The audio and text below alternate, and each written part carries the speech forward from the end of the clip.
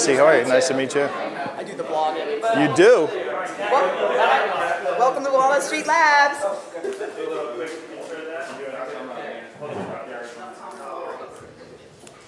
My name's Chris. This is Walnut Street Labs, startup meetup.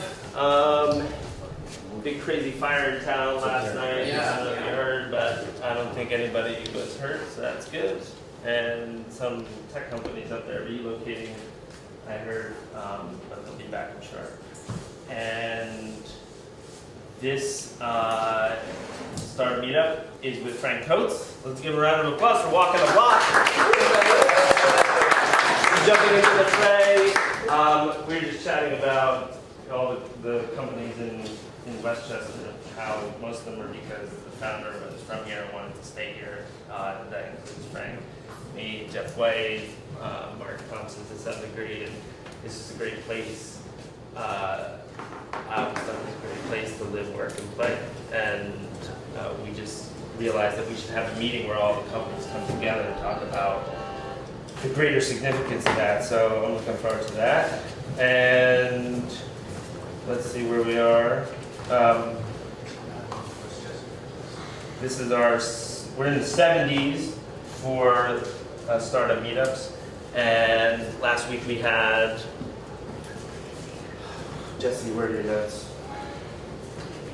Come on, who remembers? It's so terrible how challenging it is to remember each week. What's the question? How are you learning? Yeah. Henry Blue. Yeah. Carly, you had Oculus Rift. That wasn't like a notable experience in your life? I didn't get to wear that last time. We're gonna have him come back and do an Oculus Rift night for Night Owls. So anyone who's interested or hasn't done Oculus Rift before, stay tuned because it's gonna be a lot of fun. Yeah. And then next week, who do we have? Tomorrow we have Skyless Games coming. They do like ed tech meets indie games. So it's going to be an indie game night, but it's also geared towards the education space. So there will be, similar to a demo, there will be like a significant amount for Q&A. But you get to play the game, so it's a little more interactive than our average demo. And then next week is Patrick Banis. He's one of the first LinkedIn employees at LinkedIn. He also founded People Links, and he's moved on to his own kind of sports analytics startup. Okay, cool. Chad, okay, so a big announcement. A couple of months ago, we started a partnership with NextFab, Makerspace in Philadelphia. The CCEDC/I2N gave us some funding to send some people down to get trained on how to rock out 3D printing. Chad and Wilhelm went, and Henry Ventura, and we spent the last 2 months kind of fiddling, printing owls and bunnies for my kids, and we were like, what are we going to do with this? What's the best use of that investment? And we decided the best way to utilize that experience is to create more 3D printers and get them into Greater Westchester. So we ordered a kit and we put it together this week, and we're launching our first Make a 3D Printer boot camp, which is going to happen not this Friday, but the following Friday. We have 6 spots. We already have 3 of them filled. We have a registration page on our site. And Chad Wingrave, a lot of you might know him, but he's a coworker here. And he's a PhD in computer science, and he loves this stuff. He's also committed to the vision of not just plastic gizmos, but embedding electronics in there, getting them on our network, and starting to play with IoT.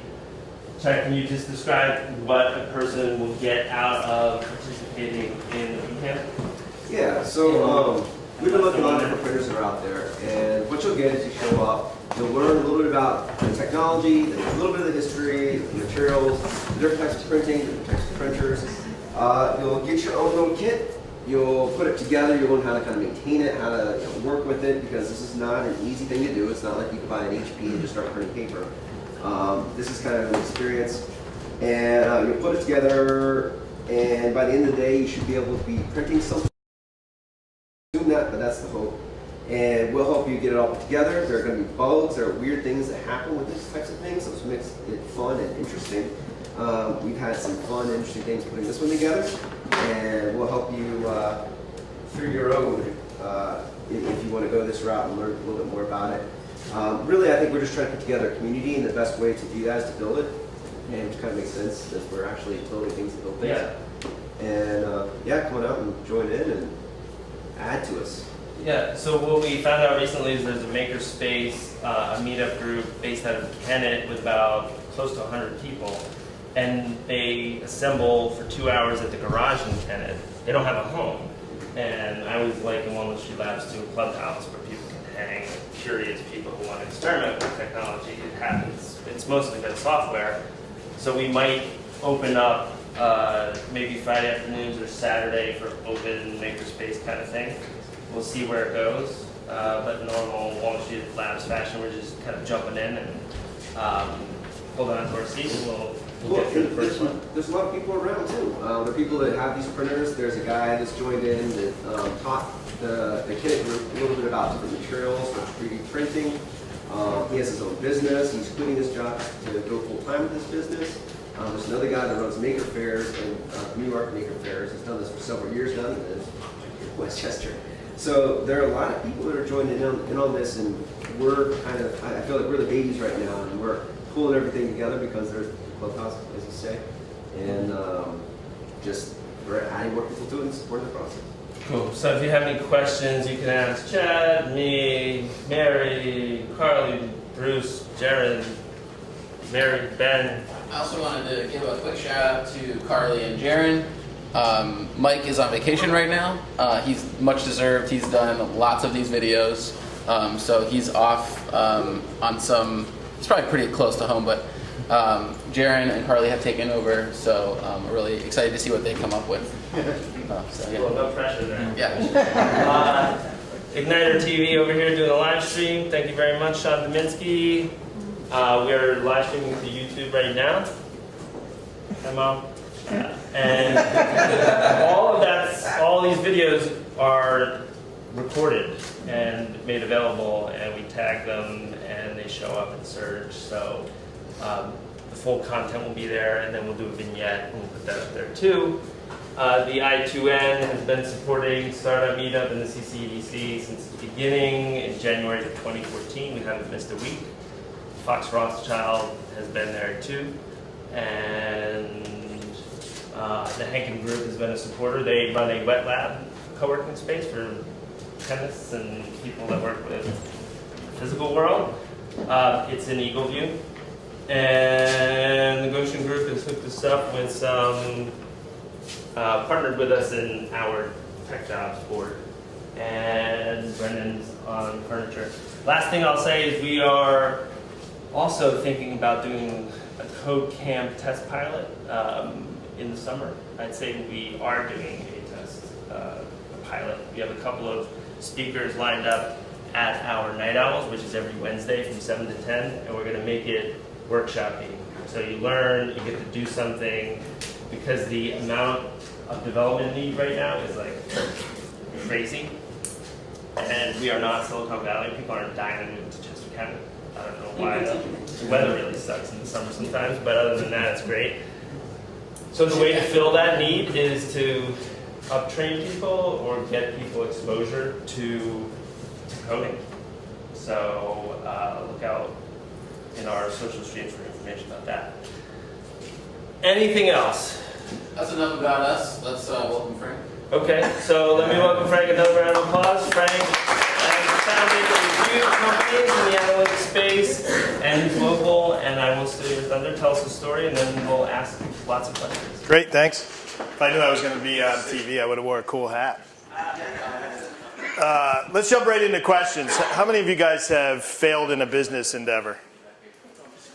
All right, great. So it's funny to hear my kids tell the story, you know, what's your dad do? And he's like, my dad's the biggest failure on the planet. And so when people ask me, you know, what is it to be an entrepreneur and, you know, how'd you get successful at some point, I always say it's just persistence. And that's just my story. I'm not telling you how it can work because I've seen other models. But what I wanted to share with you, I don't know if you guys can read it over there, is sort of my story, right? Is a story of being fired and being rejected, and that list could be probably 20 more pages. So, in 1983, and dating myself, in 1983, I nearly flunked out of engineering school, and I say nearly because I transferred before they could catch up to me and flunk me. Then I ran out of money in college, so I decided to get an ROTC scholarship. I had to go to basic training for that, and did really well.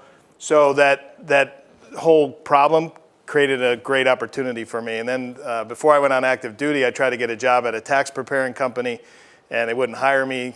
Fortunately, the president overrode the decision. I set a record for how many tax returns were done.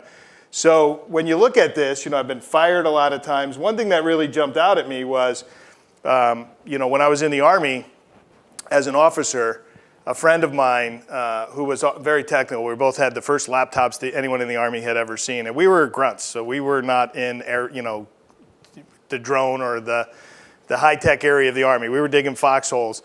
But as officers, we had the first Toshiba laptops, and we were both kind of geeks. And so on one Sunday in the New York Times, in the way back pages of the Times, we were in Seattle, there was an article from the IRS that said, for the first time, we're going to accept tax returns electronically. And anybody who wants to file electronic tax returns, they need to have a 1400 baud modem, okay? This is 1988. A 1400 baud modem cost $1,200, right? And so my buddy and I said, wow, let's pool our money. There was 3 of us. Let's pool our money, and we'll buy one of these modems, and we'll set ourselves up as a electronic tax preparing company while we were on active duty as military officers. So we ran it for one tax season. We went around to all the local accountants in towns like Westchester, and we recruited all these small accountants who were like, you can't, they had no idea, right? What do you mean you can file a tax return? Why would I ever do that? And I said, well, your clients can get their money in 2 weeks. He's like, what? Back in the days, you're getting your check from the IRS might take 3 months. 2 weeks, right? So we started doing it as they're early in the season. Their clients are getting their money in their accounts. All of a sudden, we got bombarded. So we were up till 3 o'clock every night, getting up at 5 o'clock to run PT. Well, eventually, you know what happened? Our colonel found out about it, hauled us into his office and said, the 3 of you are going to be court-martialed because you're not supposed to have any outside activities while you're on active duty.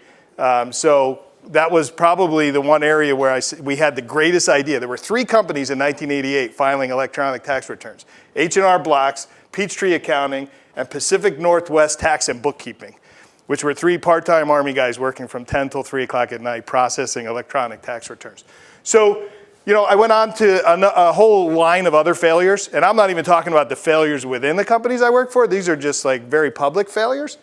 But in every one of those cases, something good came out of it. And so if you ask me what makes a good entrepreneur and why will you be successful, it's persistence, right? Or stupidity. I'm too dumb to understand when I should stop, right? And just keep going. And so what we're doing now is really just, taking what we've learned for the last, what I've learned for the last 27 years across a lot of different disciplines and saying, how do we build a company and find within financial services where we do all our work, how do we find these small pockets of need that big IT departments or big companies like SAP find unworthy, right? Too small to really focus on, but a small company like ours can go in, build a little bit of technology, and in a 3 to 5 year period, somebody's going to come along who wants the technology and pay us a crazy number to buy it. So, Ben, can you be my slide forwarder? So if I have a story, the story is like, what happens with all of our apps in the AppTunes store sometimes. It's a story of rejection. And I think, that goes for all of us, whether it's your ideas or your businesses. You're going to be rejected 100 times more than you're going to be accepted. But the good news is if you keep going, that one acceptance can make all the difference in the world, and it's short-lived, and then you can go right back to being rejected, right? And maybe that's what fuels us, right? There's nothing that fuels me more than somebody going, that will never work, right? It's like my partners tell me all day long, that will never work, and I think they do it on purpose to get me fueled up to keep going. So here's 3 things we're doing. Ben asked me if I just talk about a couple of things.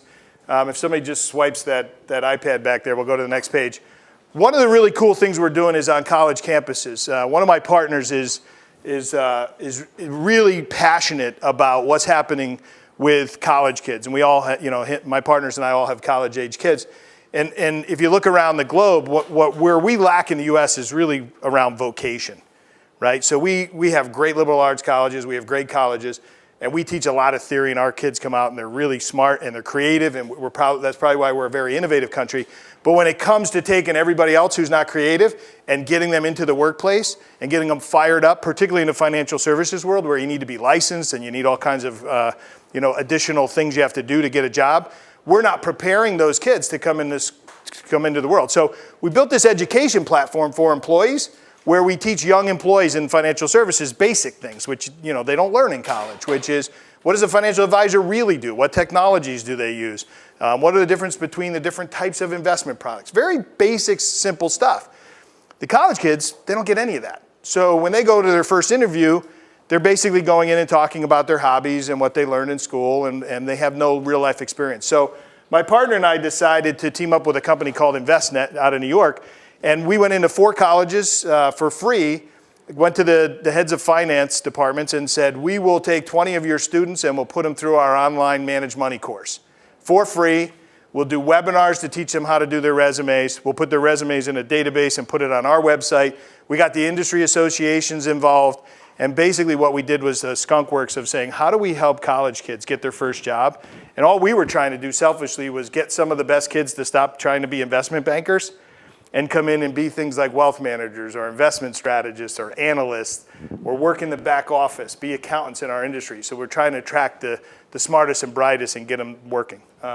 I think it's really important, and I know most of you probably do a way better job than we do, to have something your company does that you really care about, and it makes no money, right? We break even. We'll probably have sponsors this year, but that's not why we're doing it. We're doing it because it's the right thing to do, right? And it's the right thing to help these kids get their first job quickly, right out of school, so they can start paying those hundreds of thousands of dollars of student loans off, right? And they don't have to move back in with their parents. So that's one thing we're doing. Second thing we're doing, I think you had in a tweet I saw the word king of analytics, and I was kind of laughing at that. Yeah, it's funny to be called the king of analytics because most of the time, go to the next slide, most of the time I feel like not the king of analytics, but the dunce of analytics, right? Because I do this speech at major conferences, and everybody always brings me and says, we want you to talk about big data, right? And the first thing I say to the audience is, I'm here to talk about little data, right? Because all the companies I work with, I don't know about you, predictive is great. Machine learning, Cold Light, those guys are great guys. They're friends of ours. We're partnering with them. But when I go into the companies to say, hey, let's talk about predictive, they're like, predict on what? Where's the data, right? So there's still so much to do in our industry anyway with just little data. Like, where do your people go? What do they talk about all day long? Who are they seeing, right? How are your loans being processed through the system?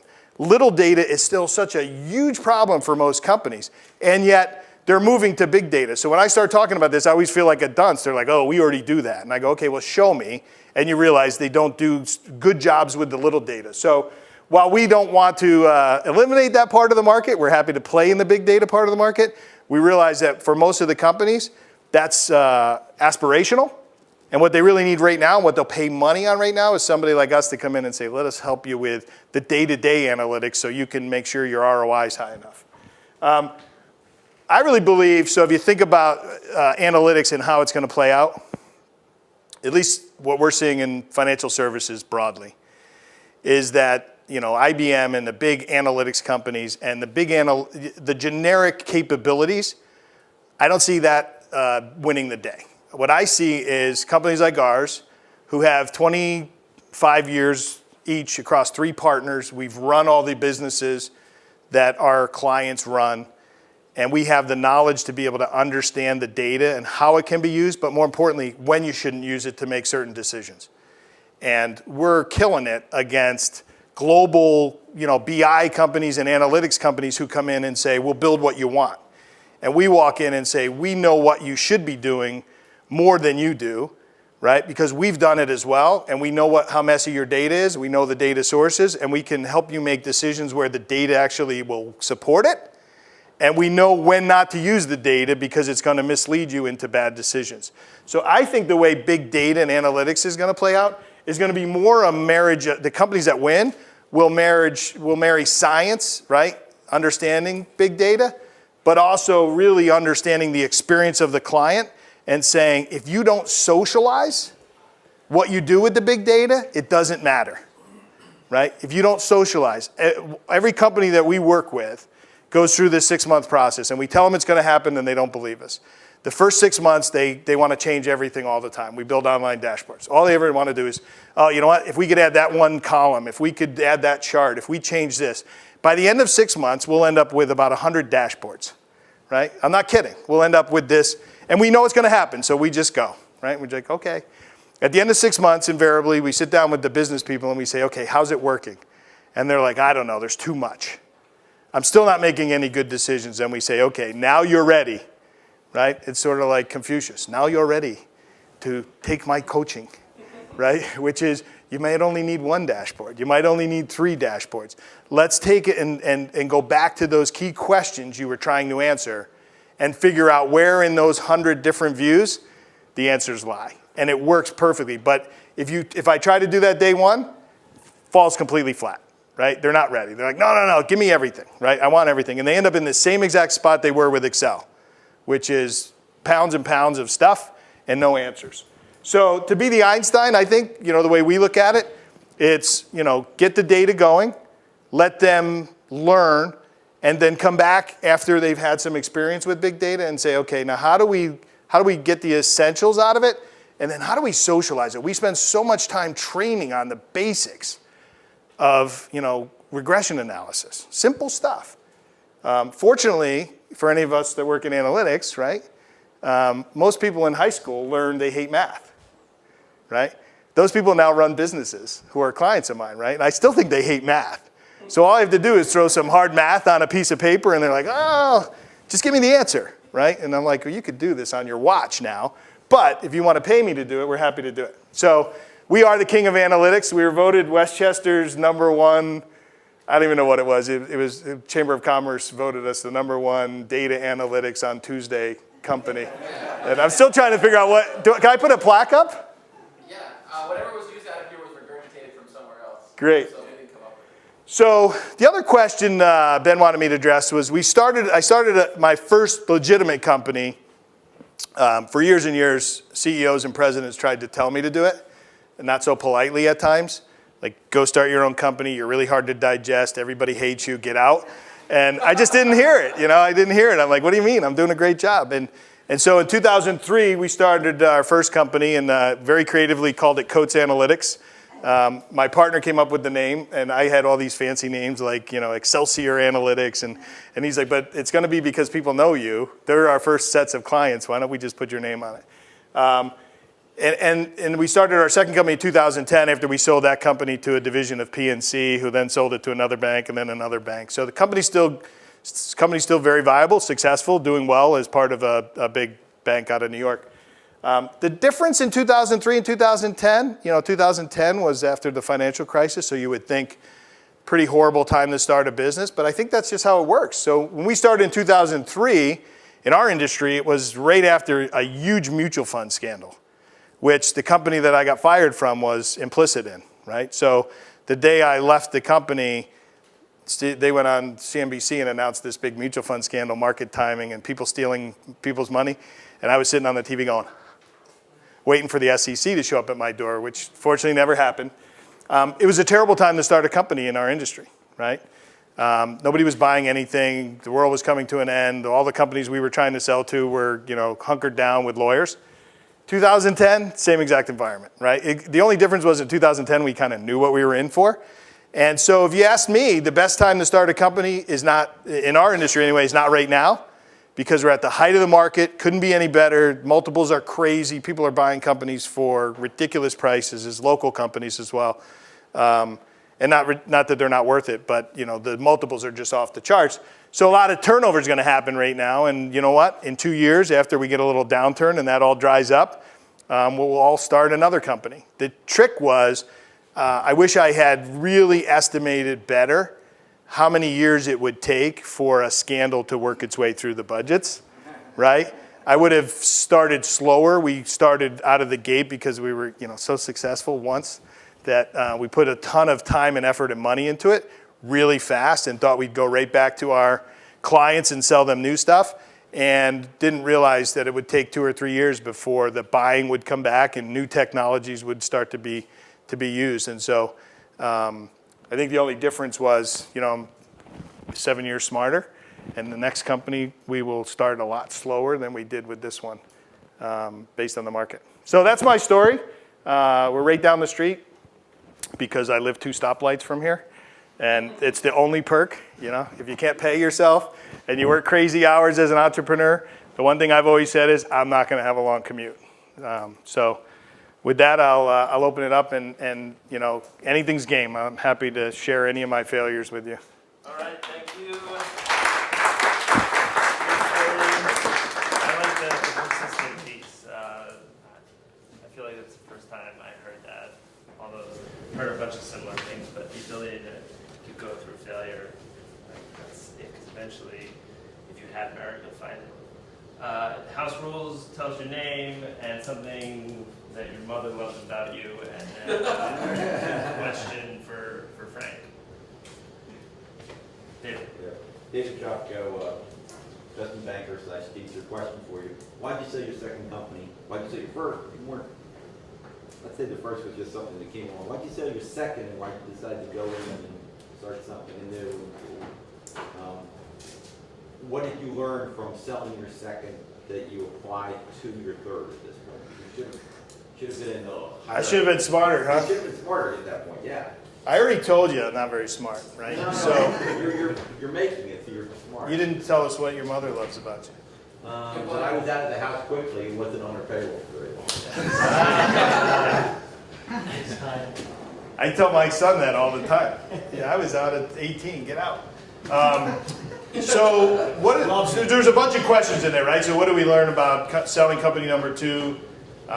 We made a lot of money for what we were doing. We were in business basically 2 years before we got bought. We were nowhere near ever making money, and had just tiny revenue, and we sold for a lot of money because the strategy at the time was people could see where we were going. Everyone asked me, why don't you just retire, move to the beach, blah, blah, blah. And I think this is going to sound corny. I like the kids that work for me, right? And if you do military service, I don't see having a small business any differently. We don't brag about it, but I've kept, through the last 5 years, I've kept 15 people in business and probably 30 developers from outside companies, and we're just going to keep doing it. We don't make money yet. This will be our first year where we make money, and I don't really know how to do that, right? I've never done it before, so we'll see how it goes. But I think the one thing is I'm going to keep doing it because I love watching the younger generation come up, and hopefully, giving them a leg up and them seeing what a startup is going to be. And I tell them all, if you work here 2 years and you want to start your own company, I'll introduce you to our investors and other people and get going, and I'll help you. Once they see the kind of hours we put in and how much rejection we get, some of them decide it's better to work for another company. What was your other question? Well, let me go back to that one, because you still think really good. Yeah. When your second company, did someone come and knock on the door and gave you an offer you couldn't refuse? No, Or did so- you go out looking to sell it, or how did you? Great question. We start from day one partnering with the people that are going to buy us. So with that company, and it's working, maybe in a year we'll have another story for you. But what the company that bought us brought us into a big client they were about to lose because they didn't have good analytics. And so they brought us in. We didn't save the client. Funniest thing, like they lost the client. But the client said, the only reason we even gave you another chance was because of what Coates came in and did for us. And you need that, right? That's why it's too late for us. We're leaving, and it was a huge company. We all know them. We're leaving, but if you want to save any of your other clients, you need these kind of services around data and analytics. We had 3 companies within a month who were all partners that we were working for them, trying to help them with their clients. It was just weird. Once one came to us and wanted an exclusivity later, 2 other big, well-known household names that you guys know, that you've all heard of, they showed up at our door and said, hey, we're interested in what you're doing. Your word got out really quickly. So when we started the new company, we're partnering with probably 10 companies who need what we do.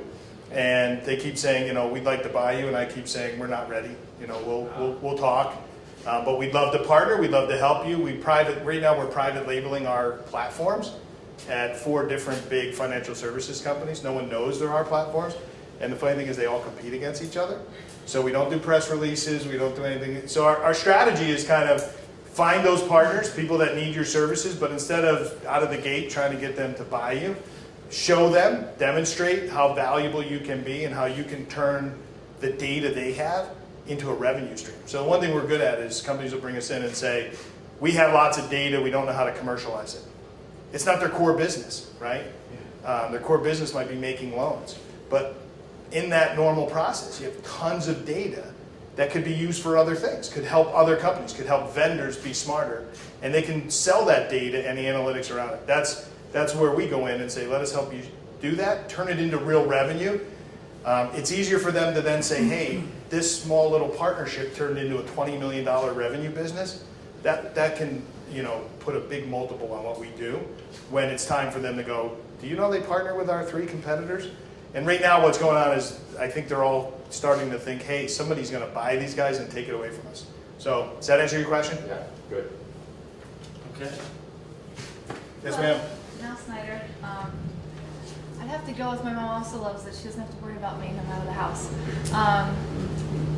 I'd like to dig deeper on that question if it's okay, because I'm wondering, how did you find those partners? Like, what is your daily process of like identifying them, finding them, going to them? Like, how did you get in front of them initially? Well, I think that goes back to one of the slides I had with experience, right? So when I was in the industry, I ran a lot of these companies. I ran some big mutual fund companies.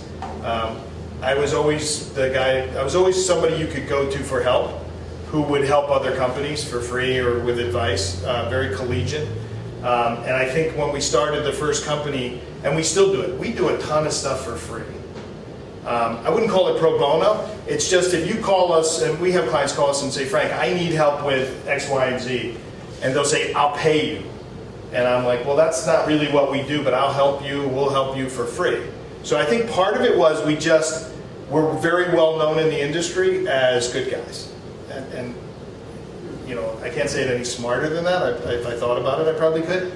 Be a good person, be a good company, make friends, right? You don't have to make a nickel on everything you do. So this one company, we actually started helping them with their client problem for free, and then realized they actually did need our platform and a data service and dashboards. And so we built it out. So I do that. The second thing we do, me and my partners do, is we network like crazy, right? Not here. I don't really know a lot of IT people. I don't know a lot of other software developers other than being involved with Ben Franklin a couple years ago. So I don't network with you guys. I probably should do more of that. But we network with our clients. So we're all going to be in New York the rest of this week doing dinners and at conferences and networking, and it's none of it social. So I think the other thing is, when there's a business problem, they call us. When they want to go golfing with another company on the company's dime, they call SAP. Or they call, right? And we don't have any money, so they know if they call me to go golfing, they're paying. So does that? I think one is just being known as being helpful, and not being after every last nickel has created raving fans. And we don't always get hired. It's not like we walk in and we get hired immediately, but we get any meeting we want because people know we have the right approach. We're not going to try to take every dollar of profit out of the industry. Okay. Hi, I'm Michael. My mother loves my clean-shaven face, which she hasn't seen in many a year. You had a factoid about you got fired by the same entrepreneur 3 times. Yeah. Can you explain that one? Dick Strong. Okay. I didn't name him. Right? So Strong Mutual Funds got one of the greatest entrepreneurs in the country. Right? And so I was working in New York, living down here. My kids were really young, and so my wife was like, this is untenable. Your kids don't know who you are, you're never home, blah, blah. So I said, fine, I got a job. They're going to pay me a lot of money. And she's like, well, great, where is it? I said, Milwaukee. And she's like, okay. So Dick Strong had been after me for years to come basically do what, I was at Dreyfus at the time in New York City, basically come and do what we did at Dreyfus for his mutual fund company. Dick was a farmer, his parents died young, put himself through school, and started one of the biggest mutual fund companies in the industry basically on his own back. And so you want to talk about learning from an entrepreneur, I learned from Dick. And so what he told me was, I want to bring somebody in here who's not a yes man, right? I want somebody to come in and tell me the truth. I want somebody to come in and tell me how real, what mistakes I'm making. And the first couple times I did that, he's like, I hate you, get away from me, right? He would pull his hair out. He would go, I hate meeting with you, Frank. And I'm like, why? You told me you wanted me to tell you the truth. So he fired me once. I ran a retail advisory business, and he fired me, and my partner, got the job. And he said, but if anybody else in the company wants you, you can stay. So another part of the business, like, well, yeah, come over here. So I went over and I ran their brokerage business for a while. I shut down his favorite office in Chicago because the brokers left one day for lunch and left the office open with the systems up and the client data sitting out. And it was over a barber shop, so I literally closed it, locked it, fired everybody, got back to the office thinking, I was coming in on a chariot for the Roman parade. And Dick was waiting in his office going, what's wrong with you? So he fired me that time. And then finally I landed in a good spot in running what I was doing at Dreyfus exactly, which was running the services through financial advisors. We sold through banks and Merrill Lynch and others. And we killed it. We tripled in assets in 2 years in the worst market ever. And then unfortunately, Dick ran afoul of the SEC over a trivial little thing. A guy donates $25 million a year to charities. One of the greatest Americans you'll ever meet. And his company was forced to be sold because he traded like $10,000 in his IRA account. The guy's worth $1 billion, right? He was a maverick, and he got, I think unfairly treated. But I learned a ton from being fired and what this guy did. I still point to it today, and everyone says, oh, you must hate him.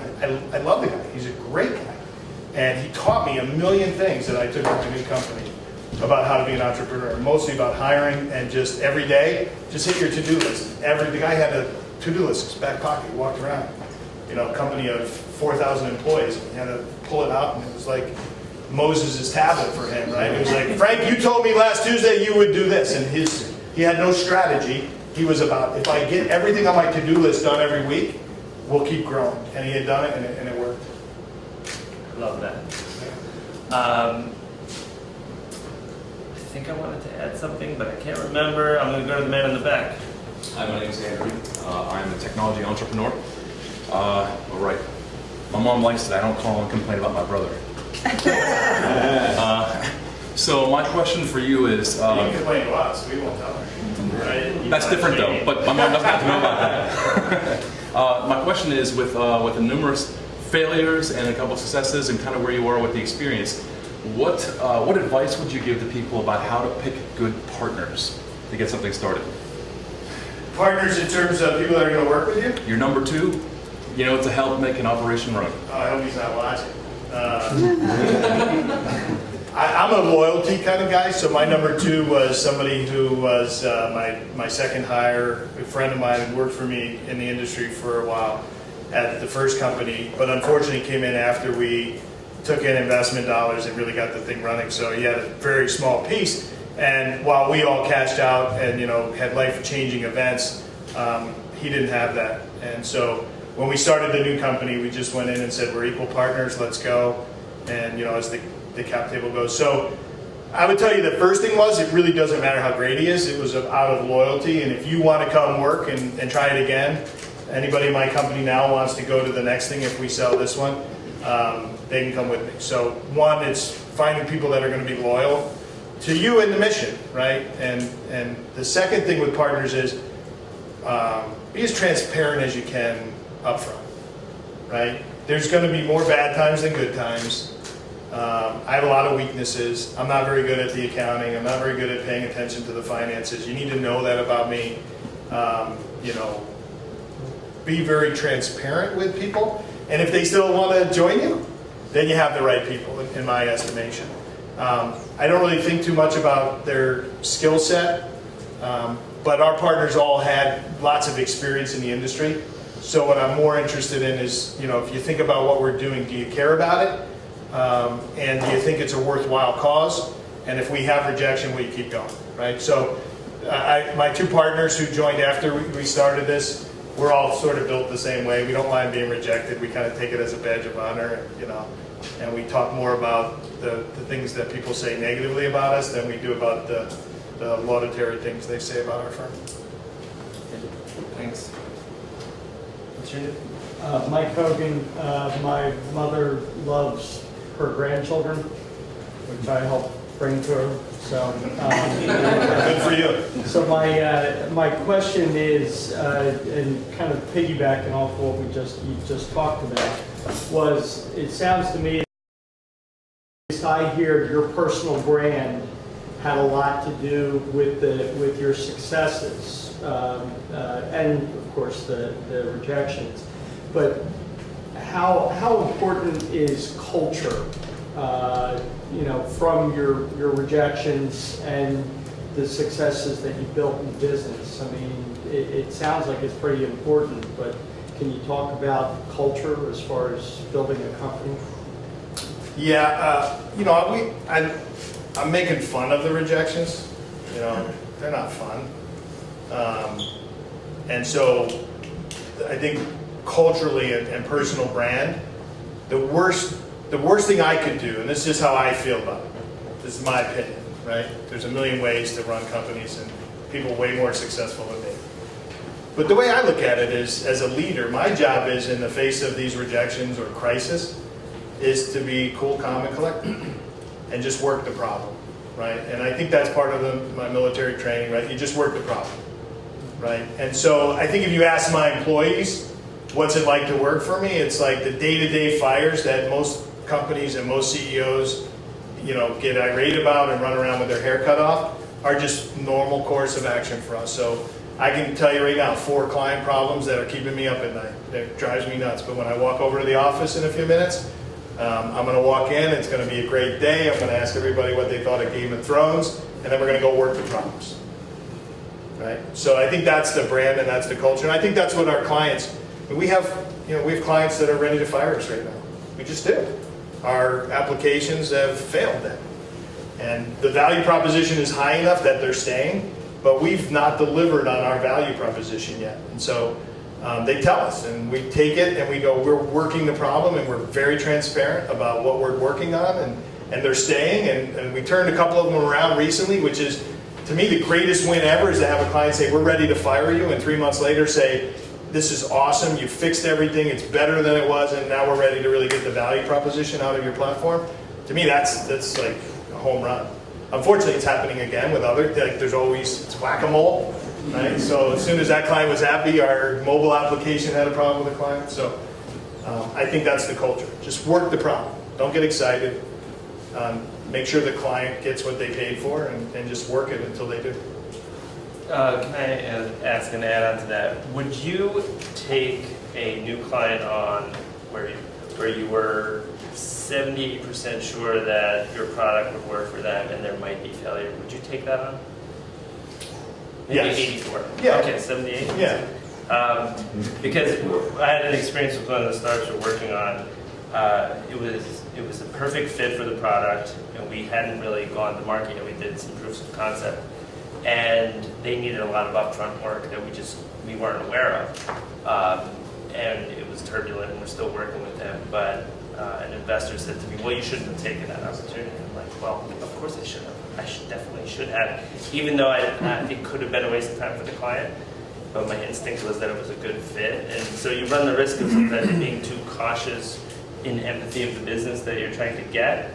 Is that a fine line, or do you have a rule of thumb where you just always take a business opportunity? No, you can't fight the laws of economics. We need cash, right? Like every other small business, cash is king. We need cash. So we're more likely in that kind of situation to let our pride get in the way and go, we'll make it work, right?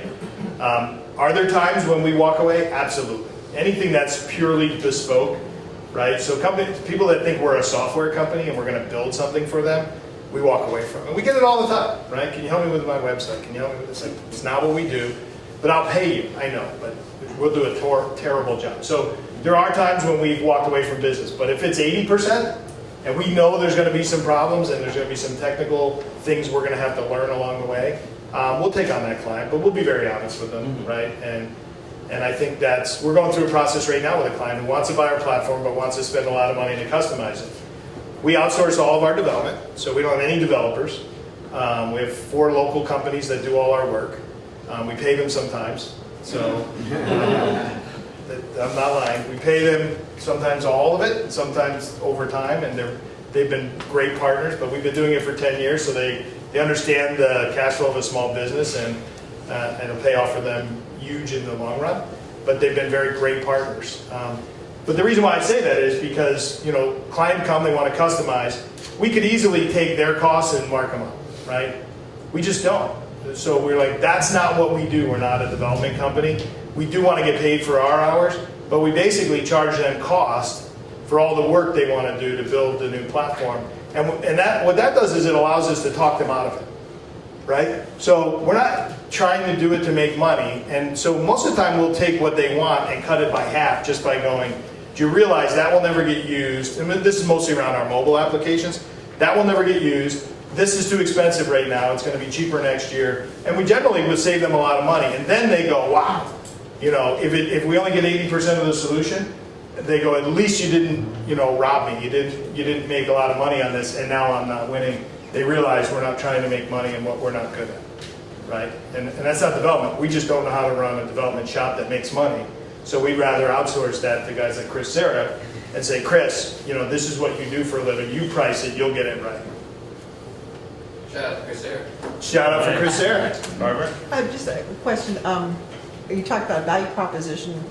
A lot of times with things like service industries and so forth, people are looking for guarantees. If I put the money on, I want some kind of guarantee or whatever. You really can't offer guarantees. You can offer guarantee of integrity and quality and all that sort of thing, but We offer guarantees. that's what I was curious about. No, we absolutely do. So the way we write our contract, and maybe some of this stuff starts to get teeth. That's a great question. Thank you. Maybe that's the other reason why companies like to work with us. Our terms in our contracts are 30 days. You're out. You don't even have to have you don't want to work with us, tell us in 30 days. And most of our companies prepay, and we'll give you your money back. It's never happened, right? But knowing when they go through the vendor process management, and we're working with big banks, we're working with big financial service insurance companies. It's a 3-month process. When they look at our contract and go, seriously, we can just cancel anytime? I go, cancel anytime you want. If we're not living up to what we said our systems will do or what we can do for you, cancel. Why would you want to work for him? My point is, why would you ever want to work for a company who's locked into you by a contract? I don't want my employees to have to live through that, right? My associates, I don't want them working with a client who's unhappy but is still going through the motions. Those are I've been on the other end of that. I kill vendors when we're in that situation. I'm going to get as much, blood out of them as I can. I don't want to be in that situation. If you really don't want to work with us, cancel at any time. And we've never had it happen. We lost one client in the new company in 5 years. We just lost them recently.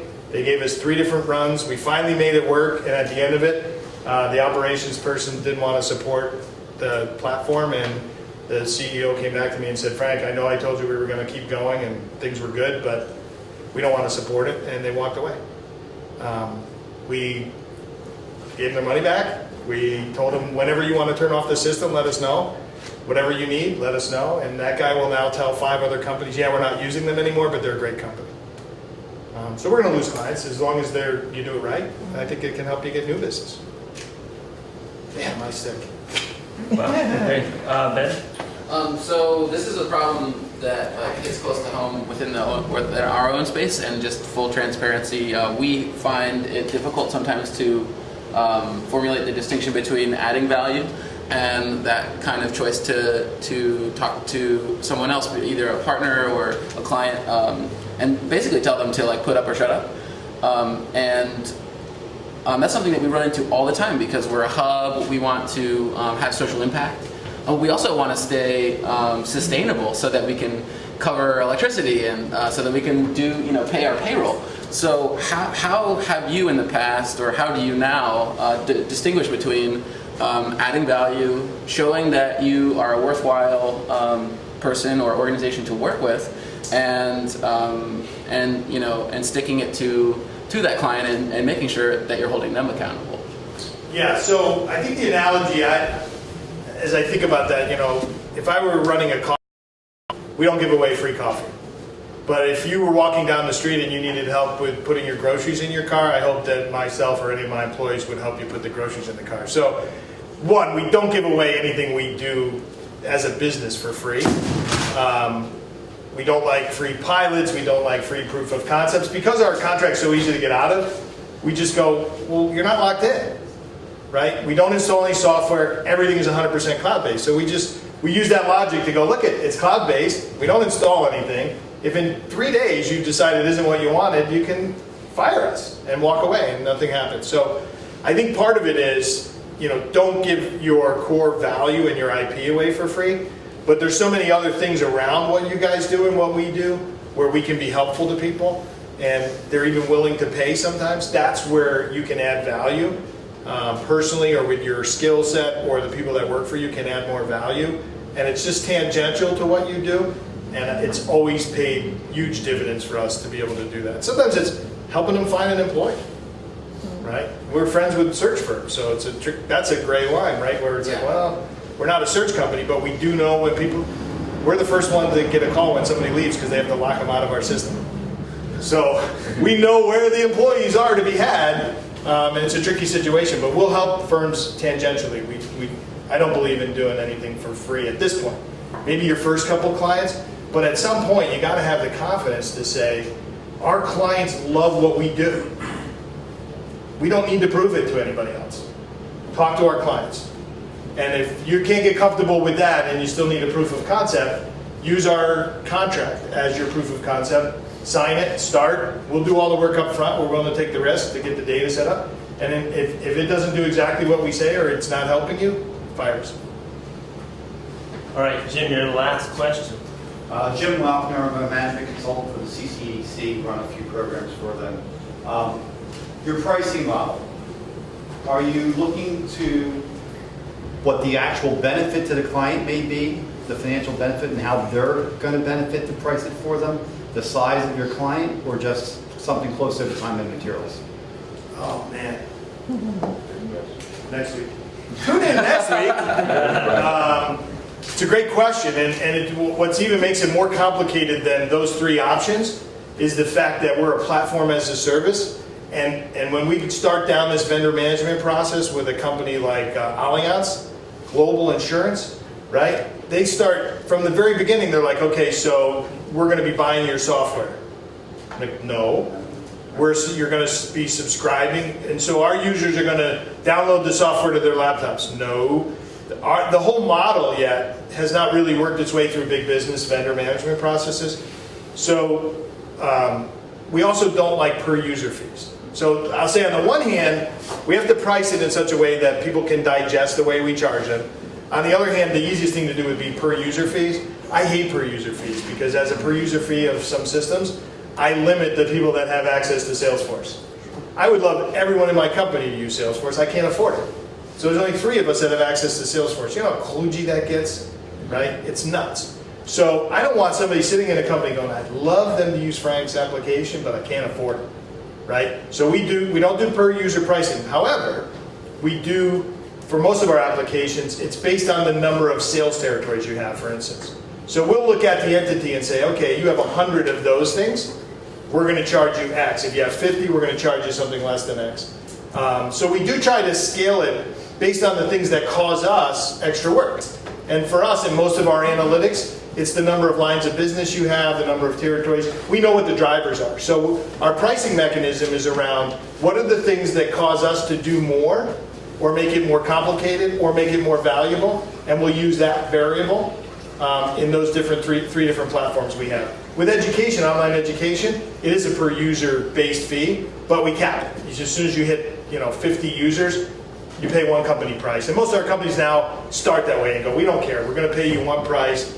We want unlimited usage, and so that sounded really. Did that sound okay? Mm-hmm. Yeah. Right? I throw it all out because I'd change it tomorrow if I found a better model.